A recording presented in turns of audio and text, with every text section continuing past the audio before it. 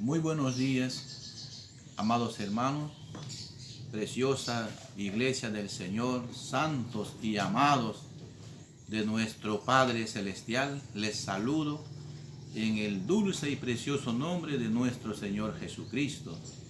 Reciba usted, mi amado hermano, la paz, el amor y la bendición de nuestro Señor Jesucristo, allá donde te encuentras, hermano, en tu hogar. Dios te bendiga. Un abrazo cariñoso, caluroso, amado hermano, de parte de nuestro Señor Jesucristo. Y ya estamos listos para compartir la palabra de nuestro Señor en esta mañana, como cada domingo en nuestro culto de celebración, amados hermanos, que la palabra de Dios nos ayude, nos aliente, nos fortalezca para que podamos continuar sirviendo a nuestro Padre Celestial. Y queremos que abra usted su Biblia, toma tu Biblia, amado hermano. Estamos siempre estudiando la carta a los Romanos. Y ahora queremos estudiar, meditar en el capítulo 6 del versículo 14 al 23. Romanos capítulo 6 del versículo 14 al 23. Antes que podamos leer, hermanos, antes de leer, quisiera que me acompañes con unas palabras de oración. Inclina tu rostro para que estemos orando, hermano, para poder orar en este tiempo. Padre, en el nombre de Jesús, Dios santísimo, Señor, nos humillamos ante tu bendita y santa presencia, Señor mío, reconociendo, Señor, que tú eres el Dios todopoderoso, que tú eres, Señor Jehová Dios, Dios de Israel, bendito Padre Celestial. Señor mío, gracias por este nuevo día, por la oportunidad que tú nos das, Dios mío, de poder respirar de este aire, de poder ver la luz, Señor mío, de este maravilloso día. Muchas gracias, Santísimo Señor. Permítenos descansar como siempre, Señor, en tus benditas y santas manos. Por eso, Señor mío, queremos poner toda carga nuestra, todo problema nuestro, Señor, todo dolor y enfermedad nuestra, Señor, ponemos en tus benditas y santas manos, Dios amado. Porque solamente tú, Señor, puedes levantarnos, puedes animarnos, puedes sanarnos, puedes fortalecernos, bendito Padre Celestial. Gracias, Señor. Y te rogamos, Dios mío, que, Señor, Dios bendito, en este día tú puedas fortalecernos y bendecir, Señor, tu palabra, Señor amado. Dios santísimo, que tu Santo Espíritu, Señor, sea ministrándonos, ayudándonos, Dios mío, en este tiempo, Padre. Gracias, mi amado Señor, porque tu palabra, Señor, solamente tu poderosa palabra puede cambiarnos, Dios amado, puede transformar nuestra mente y nuestro corazón para que nosotros podamos, Señor, glorificar, Señor mío, y exaltar tu bendito y santo nombre y ser de bendición, Señor, para la familia, Señor, aquí en esta tierra. Gracias, Dios mío, en el nombre de Jesús te agradecemos, Padre Santo. Amén, amén, aleluya. Dice así la palabra del Señor en Romanos capítulo 6, del 14 en adelante. Porque el pecado no se enseñoreará de vosotros, pues no estáis bajo la ley, sino bajo la gracia. ¿Qué pues? ¿Pecaremos porque no estamos bajo la ley, sino bajo la gracia? En ninguna manera. ¿No sabéis que si os sometéis a alguien como esclavo para obedecerle, sois esclavos de aquel a quien obedecéis, sea del pecado para muerte, o sea de la obediencia para justicia? Pero gracias a Dios, que aunque erais esclavos del pecado, habéis obedecido de corazón aquella forma de doctrina a la cual fuisteis entregados, y libertados del pecado, viniste a ser siervos de la justicia. Hablo como humano, por vuestra humana debilidad, que así como para iniquidad presentáis vuestros miembros para servir a la inmundicia, y a la iniquidad, así ahora, para santificación, presentad vuestros miembros para servir a la justicia. Porque cuando erais esclavos del pecado, erais libres acerca de la justicia. Pero, ¿qué fruto teníais de aquellas cosas de las cuales ahora os avergonzáis? Porque el fin de ellas es muerte. Mas ahora que habéis sido libertados del pecado y hechos siervos de Dios, tenéis por vuestro fruto santificación y como fin la vida eterna. Porque la paga del pecado es muerte, mas la dádiva de Dios es vida eterna en Cristo Jesús, Señor nuestro. Qué preciosa la palabra del Señor. Entonces, hermanos, continuamos con la serie a la carta a los Romanos, el Evangelio de la justificación de Dios por la fe. Y el tema es siervos de Dios por la gracia y no esclavos del pecado. Y el título, por la gracia serviremos a la justicia. Entonces, amados hermanos, en los primeros 13 versículos que hemos estudiado este domingo pasado, en este capítulo encontramos 3 razones muy importantes, muy poderosas, por las cuales es imposible seguir siendo esclavos del pecado, siempre y cuando hayamos entregado todo nuestro ser al servicio de nuestro Padre Celestial, al servicio de Dios, porque es la única forma para que Cristo pueda tomar dominio sobre nosotros y así poder transformar nuestra vida en bendición. Porque si estamos a medias con el Señor, seguiremos siendo presa fácil de nuestros deseos pecaminosos, mis amados hermanos. De manera que no vamos a poder experimentar cambios en nuestra vida. Solamente entregando todo nuestro ser a nuestro Señor Jesucristo, entonces vamos a estar bajo el dominio de nuestro Señor y vamos a poder agradarle y ser de bendición. En los versículos del 14 al 23 que acabamos de leer, encontramos también dos razones más y muy claras, porque nos señala su consecuencia y su beneficio, mis amados hermanos.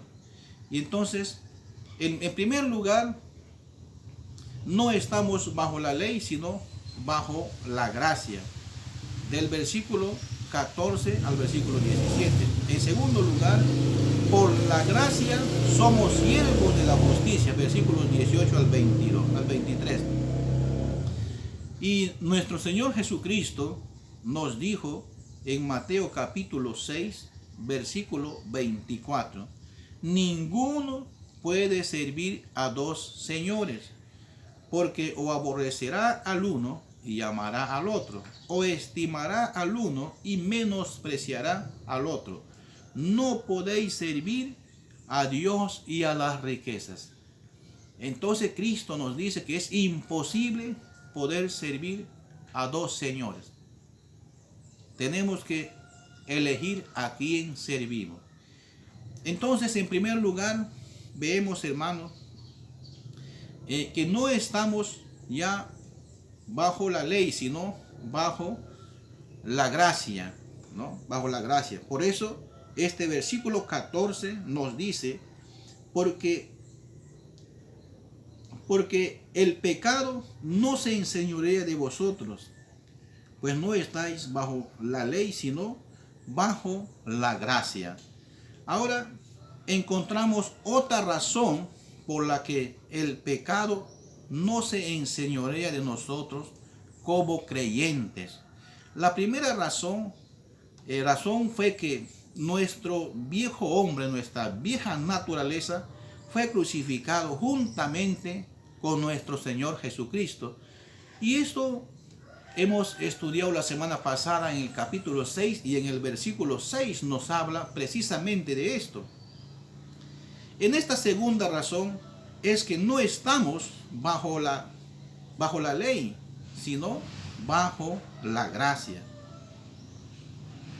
El pecado tiene dominio sobre una persona que está bajo la ley. Y la pregunta que nos hacemos es ¿por qué? ¿Por qué tiene dominio? Porque la ley le dice lo que debe hacer, ¿no? Le dice lo que debe hacer para que no continúe pecando. Pero no le da el poder, para hacer que no peque. Eso es el problema.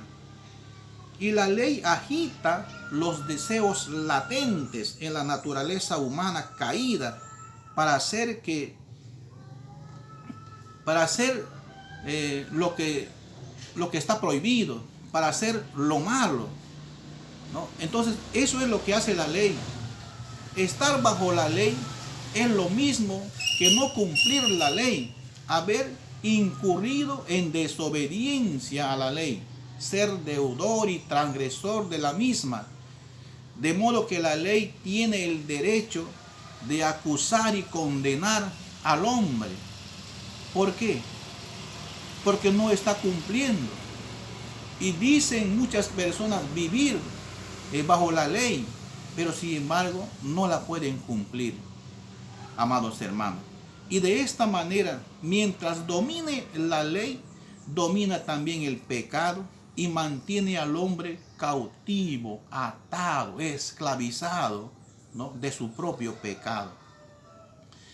Y por esto se dice también en 1 Corintios capítulo 15, en el versículo 56, el apóstol Pablo dice así a los corintios: el aguijón de la muerte es el pecado, y el poder del pecado la ley.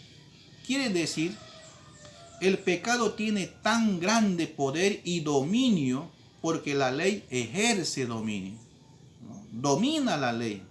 Por causa de este poder de la ley, el pecado persiste y también su dominio. De manera que no hay forma de escapar, mis amados hermanos. Y de este dominio, la ley del pecado, nadie puede librarse a no ser por medio de nuestro Señor Jesucristo. Como agregó también el apóstol Pablo en 1 Corintios capítulo 15, versículo 57. Y mira lo que dice la palabra del Señor: más gracias sean dadas a Dios, que nos dio la victoria por medio de nuestro Señor Jesucristo, ¿no? Entonces debemos agradecer al Señor Jesucristo que a través de Él hemos tenido la victoria. Y mira lo que nuestro Señor Jesucristo también nos dijo en el Evangelio de Juan capítulo 8 versículo 36. Dice así este pasaje: si el Hijo os libertare, seréis verdaderamente libres, ¿no?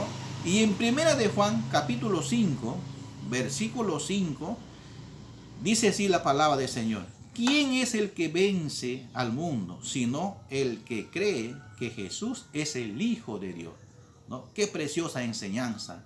Entonces, mi amado hermano, no estamos ya más bajo la ley, sino bajo la gracia por nuestro Señor Jesucristo. ¡Qué bendición! Y el significado de todo esto es que el cuerpo del pecado sea destruido y que la justicia que ya se ha iniciado sea llevada a su plenitud para que podamos, amados hermanos, ¿no?, vivir plenamente nuestra vida cristiana. Versículo 15. Versículo 15 dice: ¿qué pues pecaremos porque no estamos bajo la ley, sino bajo la gracia? En ninguna manera. En ninguna manera. Hermanos, hay algunas religiones, ¿no?, que tienen miedo a la gracia. Insisten en que da licencia para pecar. Y el apóstol Pablo confronta este error de manera frontal, haciendo la pregunta y luego negándolo de manera tajante. Estamos libres de la ley, pero no estamos sin ley. No estamos sin ley, hermano. La palabra de Dios es la ley. Toda la palabra es la ley, pero bajo la gracia. Entonces, la gracia significa libertad para servir al Señor, no para pecar en contra de nuestro Hacedor, en contra de nuestro Señor. No, mis amados hermanos. La pregunta aquí es, ¿pecaremos solo un poco? ¿Pecaremos un poquito? La respuesta es un rotundo, en ninguna manera, dice el apóstol Pablo. ¿Por qué, mis amados hermanos? Porque nuestro Padre, creador del cielo y de la tierra, nuestro Dios no tolera ningún tipo de pecado. No hay pecado blanco o un pecado piadoso. Todo es pecado, mis amados hermanos. Y de eso nosotros tenemos que cuidarnos. Todo se sanciona con la muerte. Todo aquel que practique el pecado. Versículo 16 dice así la palabra del Señor. ¿No sabéis que si os sometéis a alguien como esclavo para obedecer, sois esclavos de aquel a quien obedecéis, sea del pecado para muerte o sea de la obediencia para justicia? Esto es una realidad de la vida, que cuando nos sometemos a alguien como nuestro amo, llegamos a ser esclavos de aquel que nos somete, ¿no? Los esclavos de aquellas personas.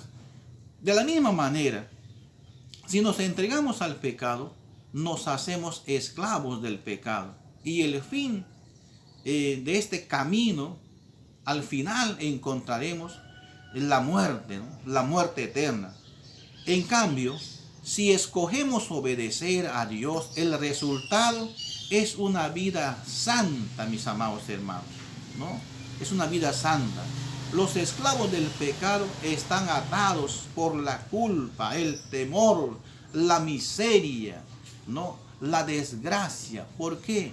Porque están apartados de Dios, lejos de Dios. Pero los siervos de Dios son libres para hacer la voluntad de Dios, para poder amarlo, para poder servirlo, para poder alabar su bendito y santo nombre.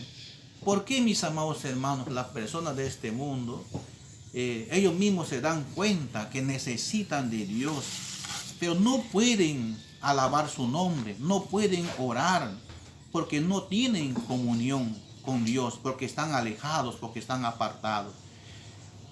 Versículo 17 dice, pero gracias a Dios que aunque erais esclavos del pecado, habéis obedecido de corazón a aquella forma de doctrina a la cual fuisteis entregados. El apóstol Pablo dice, gracias a Dios que aunque erais esclavos del pecado, respondiste con sinceridad al impacto de la enseñanza de Cristo cuando quedaron bajo influencia. Quiere decir que los cristianos de Roma, nuestros hermanos allá en la iglesia de Roma, habían dado una obediencia de corazón al evangelio de la gracia, y que habían sido encomendadas, incluyendo, amados hermanos, toda la doctrina que Pablo les presentó en esta carta, ¿no? Ellos la abrazaron, la gracia. Entonces entendieron el mensaje, entendieron la doctrina que el apóstol Pablo les había dado. En otras palabras, prestaron mucha atención y dieron especial importancia a la enseñanza de la gracia, mis amados hermanos. Solamente de esta manera ellos podían quedar libres de la ley, ¿no? ¿Cuántos años, miles de años han estado tratando de ser libres de la condenación del pecado, tratando de cumplir la ley? Pero en eso vino la gracia que nos trajo una oportunidad, no solamente para los romanos, sino para toda la humanidad, para todos nosotros, todos aquellos que se acercan a Jesucristo y reconozcan como su Señor y como su Salvador. En segundo lugar, amados hermanos, por la gracia de Dios somos siervos de la justicia, ¿no? Por la gracia de Dios. Y vamos a ver esto en los versículos 18 al 23. Mira lo que dice el versículo 18. Y libertados del pecado, vinisteis a ser siervo de la justicia, ¿no? Siervo de la justicia. Es natural que la doctrina correcta debería conducir a un deber correcto. ¿No le parece así, querido hermano? Por supuesto que sí, ¿no? Una doctrina correcta nos va a conducir a hacer deberes correctos, amados hermanos. Ellos, los hermanos de Roma, hicieron lo correcto, respondiendo a la verdad, que habían sido libertados del pecado y vinieron a ser siervos de la justicia. Entonces, algo muy importante, esto no significa que ya no tienen una naturaleza pecaminosa, tampoco significa que ya no cometiesen actos de pecados, sino que por amor a Dios obedecieron, sometiendo sus miembros para que sean instrumento de la justicia, es decir, de una vida en fe y confianza en Dios. Cuando tenemos fe en Dios, cuando tenemos confianza en el Señor y hay temor de Dios ya en nuestro corazón, entonces va a ser como un freno, va a frenar para que el hombre cometa todo tipo de pecados, todo tipo de iniquidades. Entonces, eso es lo que hicieron los hermanos de la iglesia de Roma. Y es lo que también nosotros deberíamos hacer, mis amados hermanos.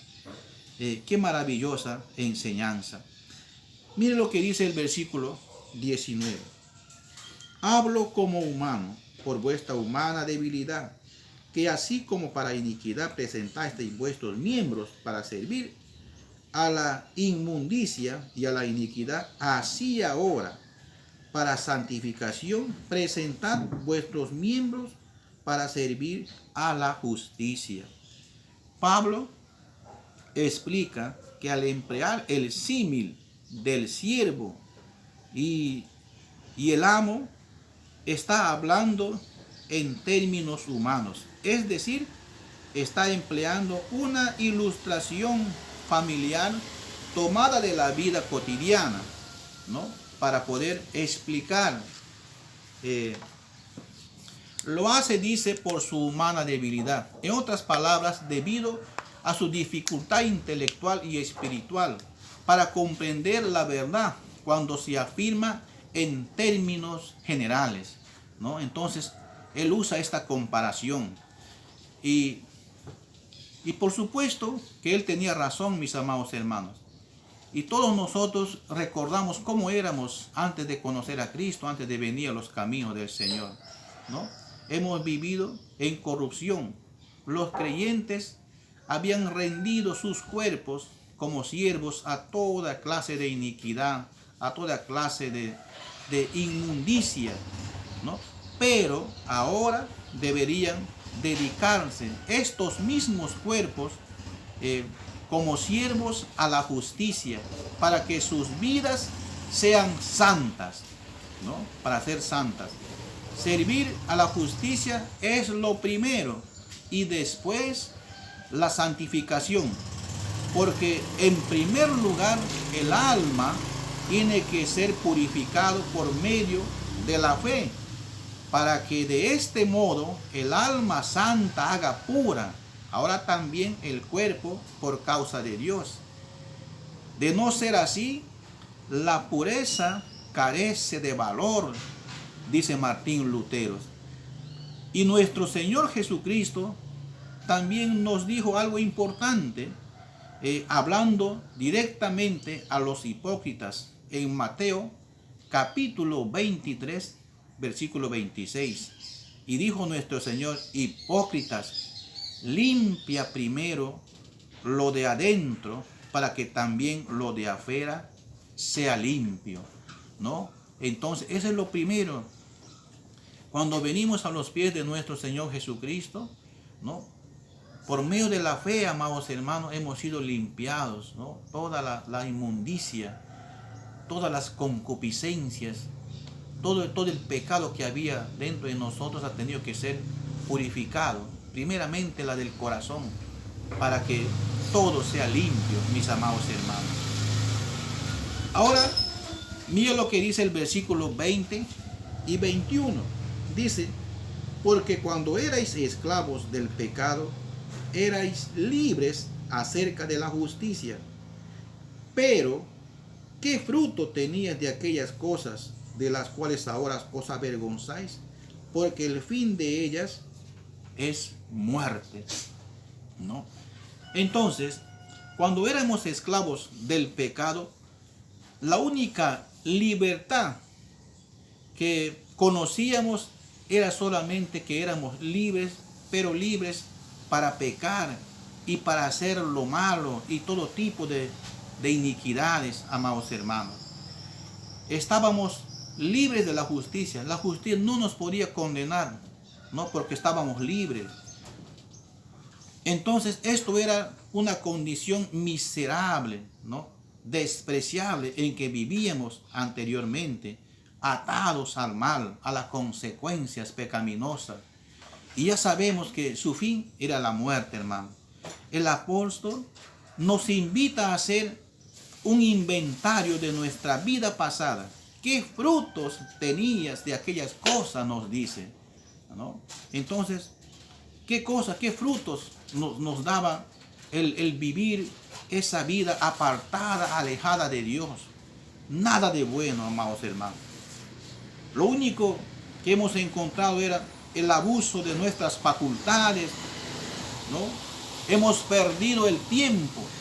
Muchas personas y muchos de nosotros decimos: ¿cómo no hemos conocido al Señor cuando éramos más jóvenes? ¿No? Pero sin embargo, el tiempo ya hemos perdido, hermano. Y todo eso debemos de tratar de recuperar ahora en este tiempo que estamos en el Señor. El mal uso de nuestras influencias, a cuántas personas hemos dañado, no hemos maltratado, mis amados hermanos. Todo eso hemos conseguido estando en nuestra vida mundana, ¿no? Pero también ultraje al amor, ¿no? Especialmente al amor de Dios, a la invitación de Dios, ¿no? Cuántas veces el Señor nos ha llamado, nos ha invitado, pero nosotros hemos despreciado, hemos preferido mantenernos al margen de todas estas cosas. Y todas estas cosas, hermano, cuando el hombre persiste, su fin es la muerte eterna, ¿no? La muerte eterna. Pero nosotros, amados hermanos, hemos sido ya libres de todo esto por la gracia de nuestro Señor Jesucristo. Y ahora el versículo 22 nos dice también: más ahora que habéis sido libertados del pecado y hechos siervos de Dios, tenéis por vuestro fruto la santificación y como fin la vida eterna, ¿no? La vida eterna. Entonces, la conversión a nuestro Señor Jesucristo ha traído cambio totalmente, amados hermanos. La posición del hombre ahora queda libertado del pecado, ¿no? Ha sido libertado del pecado y venimos a ser ahora, hermanos, siervos de Dios, ¿no? Siervos de Dios. Como también encontramos lo que nos dice, ¿no?, el apóstol Pedro: hemos sido rescatados, sacados de las tinieblas a su luz admirable, ¿no? Para ser sus sacerdotes, reyes y sacerdotes del nuevo pacto. Eso es lo que hizo nuestro Señor Jesucristo con cada uno de nosotros. Entonces, amados hermanos, ¿por qué? Porque hemos venido a ser siervos siervos con una buena disposición de todo nuestro corazón. Y el resultado no es una vida santa y su final, la vida eterna, ¿no?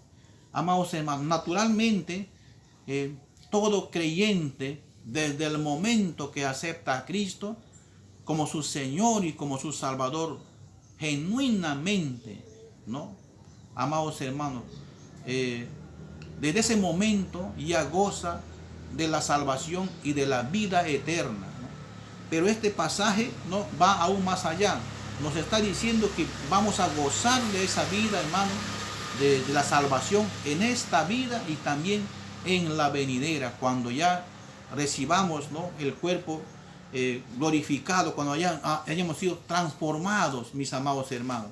Entonces, en su plenitud viviremos de esa vida maravillosa, ¿no?, que el Señor aquí en su palabra nos ofrece, ¿no? Entonces, esto es la esperanza que tenemos nosotros, mis amados hermanos. Qué precioso este pasaje, ¿no?, cuando nos dice, y como fin, la vida eterna.